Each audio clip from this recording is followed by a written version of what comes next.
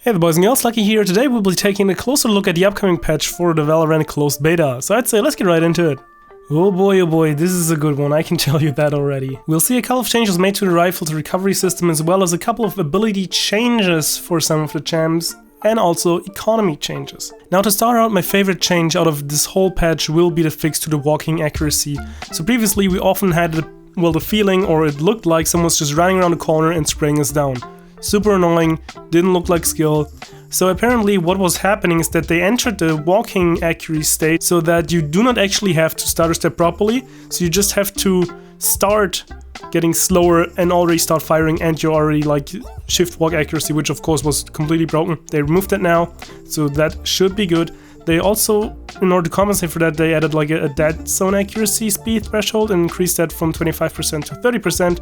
So that should also help with that transitioning and coming to a stop, and actually just make it more like skilled and actually show what's happening on screen properly. Now, I know many people, especially from CS, they love spraying and learning the recoil patterns, but to be honest, that's not the only thing that should be your most viable option in the game. So they're actually going to buff tapping and bursting even more by lowering the recovery time of the actual shots, so the time in between each shot it takes for you to actually become completely accurate again. That's for the Vandal, the Phantom, the Bulldog and the Guardian, which I do like because it really layers the gameplay more. It's not just run out and spray, but you can also run out and tap, run out and burst, run out and spray. Of course, it's still viable to some extent at the right distance. And yeah, they're also buffing the machine guns, money-wise and also like recoil-wise, the RS and Odin just for some recoil, so that's nice. Now onto the agent changes. Now these ones are great.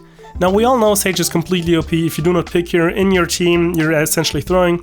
Now they actually reduced some of her effectiveness. So slow orbs duration decreased from 9 to 7 seconds.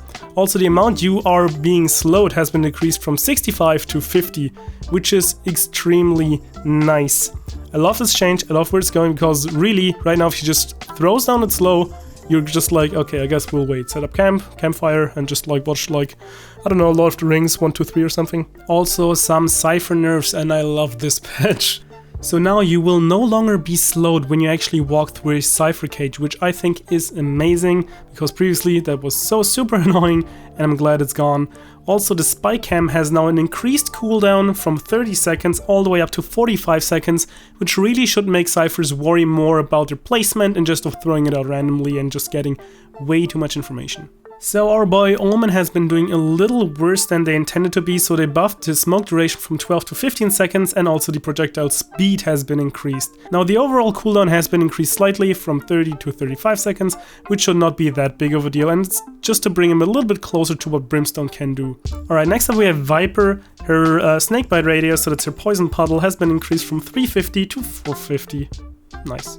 We also got some minor nerfs for B-hopping. Essentially now you will have to have a higher height from 80 to up to 120 units in order to actually do not like take a proper amount of damage, instead of just hopping through like a poison puddle or like an incendiary, something like that, which I think is fair.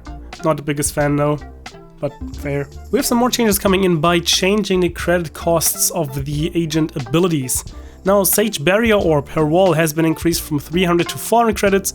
Great change in my opinion, a very strong ability that should also be reflected in the amount of money that it costs. Raise Blast Pack also increased from 100 to 200 credits. Again, great ability. If you compare to Jet's Updraft, it does the same thing, but in multiple directions, and it can also do damage. Just half the price for twice the things, doesn't make sense. Now Phoenix Curveball also increased from 100 to 200 credits. Again, great change, because this is like pretty much the only real ability that you can use like that offensively, and it's very cheap for just 100. Now Brimstone's Incendiary has also been increased from 200 to 300, which I think is fair. I didn't see too big of a problem with it, however, but I can see where they're coming from and why they're doing this. And last but not least, Jet's Updraft reduced the cost from 200 to 100 credits. Thank you. Now this makes finally sense compared to the Blast Pack of Race.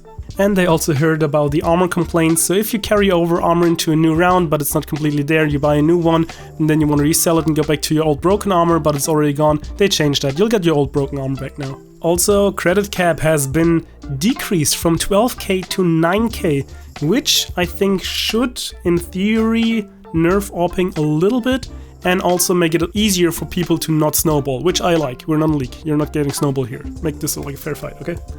We of course get more quality of life changes and changes to the HUD UI, the bug fixes to the game as well as the client. I'll link again the whole article, the whole patch notes in the description down below to check them out for yourself. The other big change we have in this patch is map updates. So in general, small ones for Haven, just to make prevent some exploits and stuff like that. And then of course Split, everyone's most hated map from what I have heard so far.